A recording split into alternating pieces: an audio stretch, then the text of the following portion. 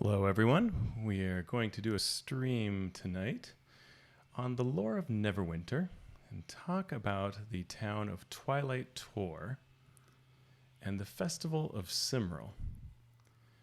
And this is going to take us into really a part that Neverwinter has fleshed out more. The game, the MMO Neverwinter, has fleshed out more than a lot of the lore that you find in 5e. You will find a mention of Twilight Tor in the Storm King's Thunder adventure, but it's just a very small piece of information, a kind of small sidebar that's given there, a little piece of text, a paragraph or two, that tells us a bit about the town as being run by dwarves. But it's really in the Neverwinter game that they add this whole aspect of the festival that takes place here, the telescope and many other details, to an extent that we haven't seen in 5e products. So we're going to take a look at that. But let's share a little bit about where this is located, which is most easily done by looking at this map. You can see here Neverwinter on the far left, along the Sword Coast.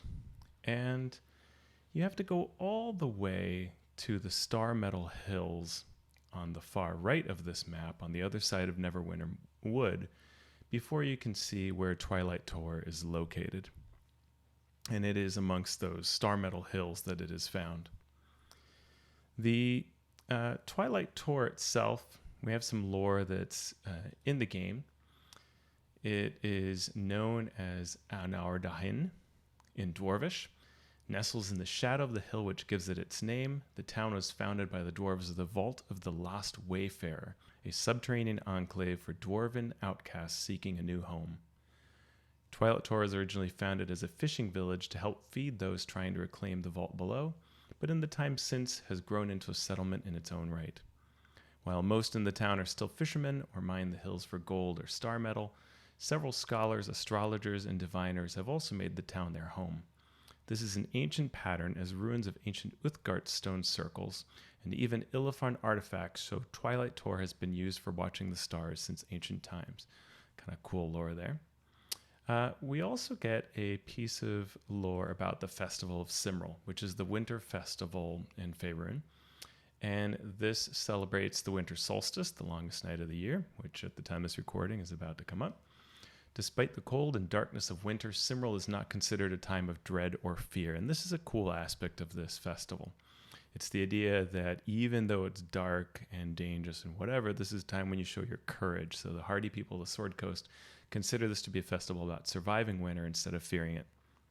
Simril thus becomes a holiday of festive defiance. Instead of fearing cold and starvation, people put away extra stores so they can have a feast of roasted meat and sweet winter wine by roaring bonfires. Instead of fearing the dark of the longest night, they stay up until dawn to gaze at the starry night sky, looking for good omens for the coming year. And so what's fun about all of this is that we're going to see how Neverwinter chooses to set this up. It is, first of all, a really gorgeous location, as you can see here. My character is mounted on a Yeti, which was a gift that I think was last year's kind of special mount that you could get through this event. So the event often has all kinds of special things. This is the gate to go to the rest of the world where we were. And in fact, we can look at, if I look at the, nope, not that. If I look at the map, we can see this map's version of where we are. So this is a looking glass zeroing in on this small dot of Neverwinter, and over here on the other side of Neverwinter Wood, this is sort of where the Star Metal Mounds are, and we have the Winter Festival icon there. So somewhat similar to the map as we'd expect. Welcome to Twilight Tor. We have someone welcoming us here on PC, Winter Celebrant. Really pretty, the lights here. This is a nice detail to add to any kind of game. So, why cover this? Okay, it's a kind of interesting piece of lore, but really you've kind of heard what there is mostly about it. There are a few other details that we'll cover. But I think this is a really cool way to talk about how you can introduce a festival to your group when you're playing the role-playing game of Dungeons & Dragons. You can To the Winter Festival. provide not just the story of what's happening and the time of the year that's taking place, but to actually look at the like a location that makes that event come to life. And this certainly does that quite gorgeously so. So yeah, take this in, because this is just something else. I mean, the lanterns that are hung from trees, it reminds me of something that might be in an elven village. In the distance over there, you can see kind of far that way, you see that telescope right in the center of my screen there by this hut that's lit up. This is a slalom run that we'll see the slalom course. And then you've got this nestled into the side of the mountain are these buildings that belong to the dwarves. So let's hop on our Yeti here, and he's going to jump us around. And we can take a little closer look at some of the buildings here. There's some different, people who are here doing business. We have a well. Different tradespeople. This is a place where you can sell fish. If you do fishing, you can buy some different gear here. Here by this huge bonfire where people are gathered, you can find the town mayor, Vario Seffeld. I hope you're enjoying our Festival of Simril this year. Is there any way I can help? Welcome back, adventurer. I'm overjoyed to have you with us for another night of festivities. So you get a couple of quests every day for coming here. During Simril, the heavens become entwined with the fate of mortals as the solstice draws near. And it is said one can see omens of the future by watching the stars. So... Yeah, that's pretty cool there. And that's a big part of the kind of lore that we get fleshed out here. You also have some different vendors, and they sell funny things like a little companion that's a mimic, that's like an ice chest, and different types of sleds or mounts like that. So we're gonna jump around here, look at just the details of the town. It's kind of pretty. I love these little lights that sort of move around. The mountains look great out there. Look over at the slalom run. I'm going to talk to this gift master. So one of the things that the game does is the exchange of gifts.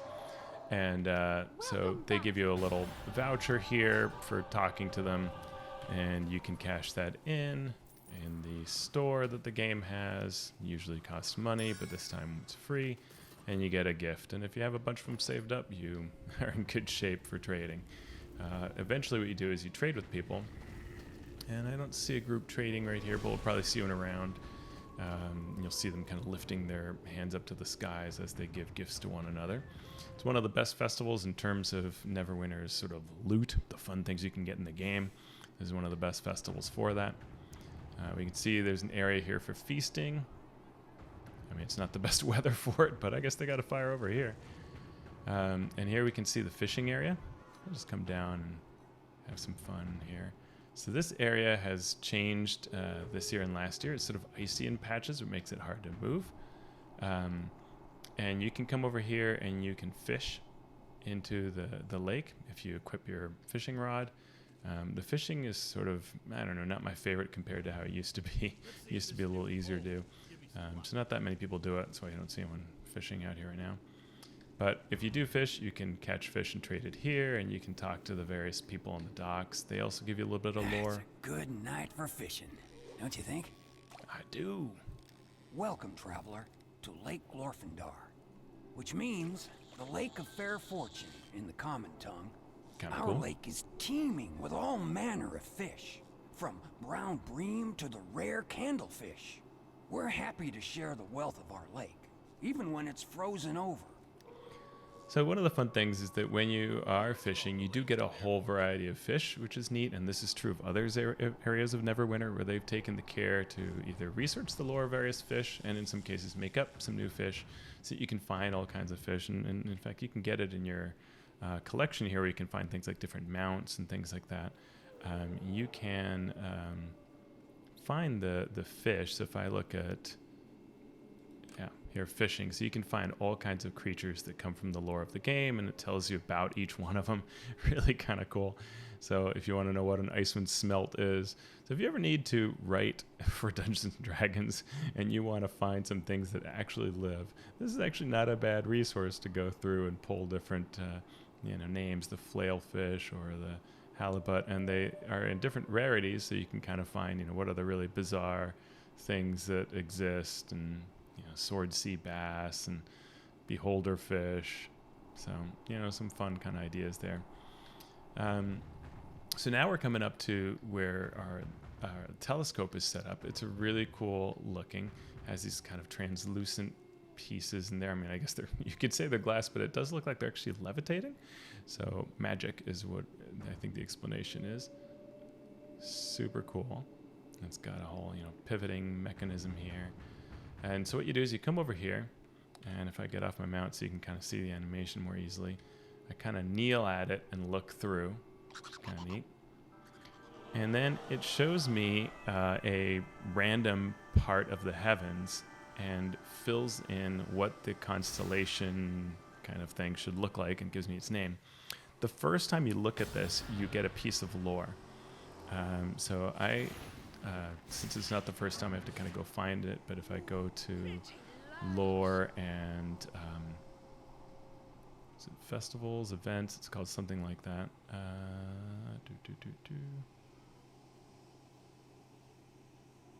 Seasonal events. Then I can find them all. Like this is one of them, Aroth the Ice Snake. Running horizontal well below the stars. Running horizontal well below the star circle, a zigzag line of 17 stars join two larger, brighter star clusters known as the Jaws to the west and the Tail Knot to the east. This is Aroth, the Ice Snake of Auril, also called Old Ice Fangs by the Uthgard. And the idea here, which is given to you in lore, I think when you talk to this person here, is that, actually no, it's somewhere else in the lore here, but the idea is that Candlekeep gifted this telescope to the stars this hold town. many portents, and during SIMRIL they are revealed. The stars can reveal It is here. Let's find out. The skies of Yeah, here Twilight it is. Tor have brought observers here since ancient times. The elves of Ilafan once had observatories here, as did the ancient dwarves, and even the long-vanished Golden Eagle tribe of Uthgard. This telescope is merely the newest instrument used to observe the stars here. It was a gift to the town by a scholar from Candlekeep, who said that on one SIMRIL evening, it would show a traveler a portent which could change history. For this reason, it is the town's tradition to allow all travelers to use the telescope during the Winter Festival. This is a great example of a piece of lore that tells you something about things and involves everybody, right? So this is great kind of thing to use if you're in creating a D&D campaign and you want to put some sort of thing like this. Like the actual prophecy is some random person is going to look through this and see something that will be a portent of important things to come. So you got to let everybody have access to it. Super cool. Take a look and then see what the player characters learn, right? And that's a really fun thing. You also see these refugees, like I just talked to this refugee. This was added, I don't know if it was the second or third year of this event, as a way to sort of integrate what was happening in the Underdark as part of Out of the Abyss. The idea is that these Dwergar and other types of people, drow, and even human refugees, would come here sort of looking for a place to be.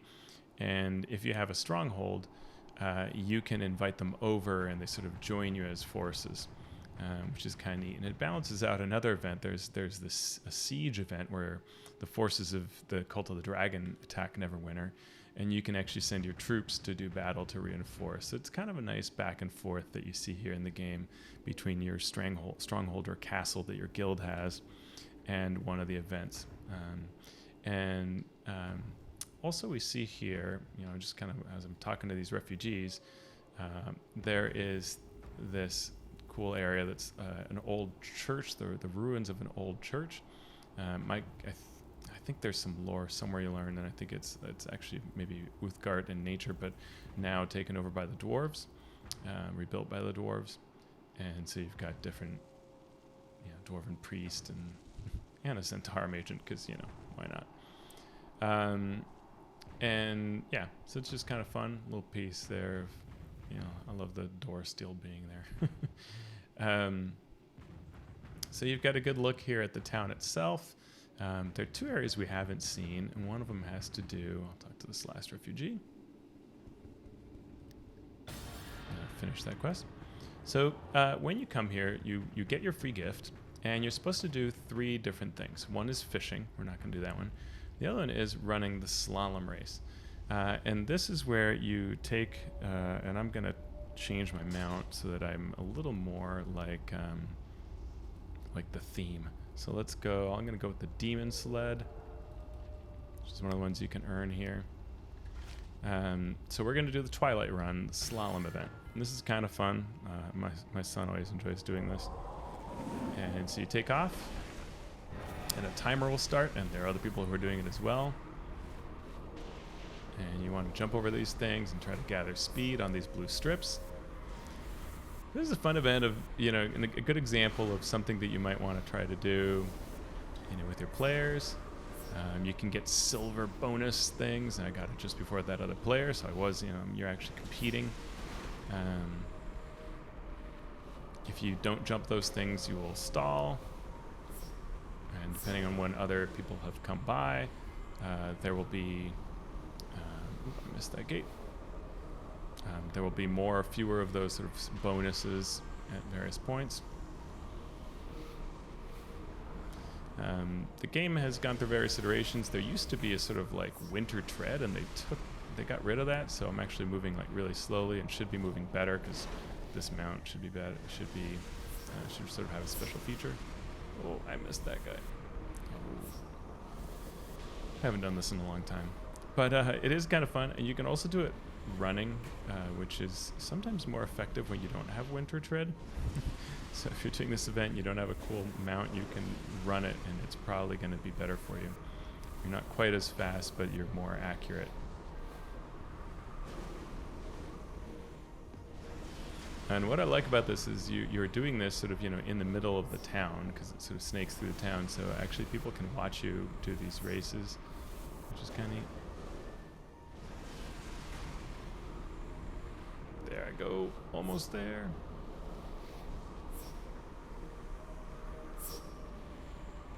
Oh, said I didn't get to the 3rd gate in time. That's too bad.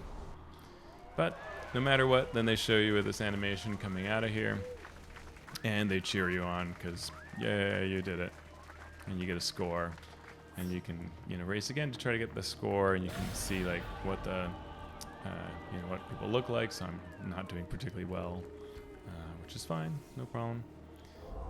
The last place we can go to is over here. We can go to this Monsters on Ice, which is very funny. And there's, just like right now is the Slalom Twilight Run. There will be another event after this, which might very well be this, but you go out and fight monsters on the ice while you kind of slip around. So that's sort of the fun, is that you can, kind of like, you have this traction, and you kind of slip and slide around. And you're supposed to take down a certain number of these guys to sort of qualify for this event. That's the results from having run the previous event. And in a few minutes, the next one will start up, which will be either fishing or this monsters in ice.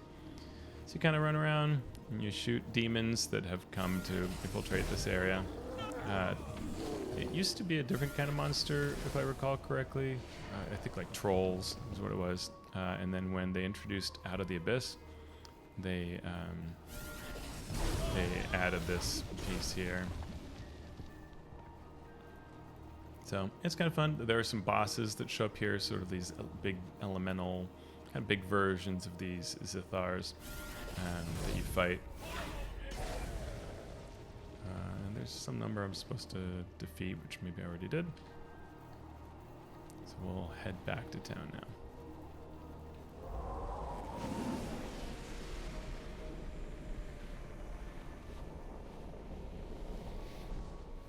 Pretty cool. I mean, just look at this, right? It's just gorgeous. Gives you some real neat ideas of things you can describe in a D&D game. And it certainly is one of the most beautiful events that the game has. The telescope just looks so cool. I don't know. When I look at this place, I immediately think of a whole bunch of different kind of cool adventures that could take place here. I'll show off another of the mounts that came from this event, which is the frozen flail snail. What's it called? Winter flail snail. Made of ice. Cool. You still leave a slime trail because, you know, flail snails. Pretty cool. Sort of freezing, nasty slug trail. Good times. So yeah, this is Twilight Tor. This is what it looks like, and those are the stories of this kind of cool place. Well, actually, I could show you a neat trick, which is that there are 2 places in this map where there is an invisible ramp for, I'm not entirely sure what reason, except maybe to try to act like you are Santa. So the easiest one is if you come over here, and you see this little spot here. See how there's that little, okay. So I should just fall, but watch this. You eventually will come down, but you kind of, it's almost as if there's a little ramp there. I don't know what the reason for that is, but it exists. You can find it, and there's a, sort of another one somewhere as well. That's kind of fun. Yeah, so that's it. That's Twilight Tor and the SIMRIL Festival. So now you know that if you want to get kind of seasonal with players, you could have them come to Twilight Tor and visit this super neat place. And you can introduce them to the idea of gift giving, standing up against the darkness with the concept of SIMRIL. I hope you enjoyed the video, and if you would like to support my work, I sell my products on the DM's Guild, as well as in other places. I haven't been able to stream recently, actually, in fact, because I've been working on so many projects. So that's the good news. My latest work has been for MCDM, on the adventure that will accompany their book that they recently kickstarted. And now I'm starting another project, so a lot of fun. I will try to do a stream soon on the Well of Dragons, as promised. I've been starting my preparation for that, some of the cool lore around that area, and even the final battle against Tiamat. Take care, everybody. Thanks a lot.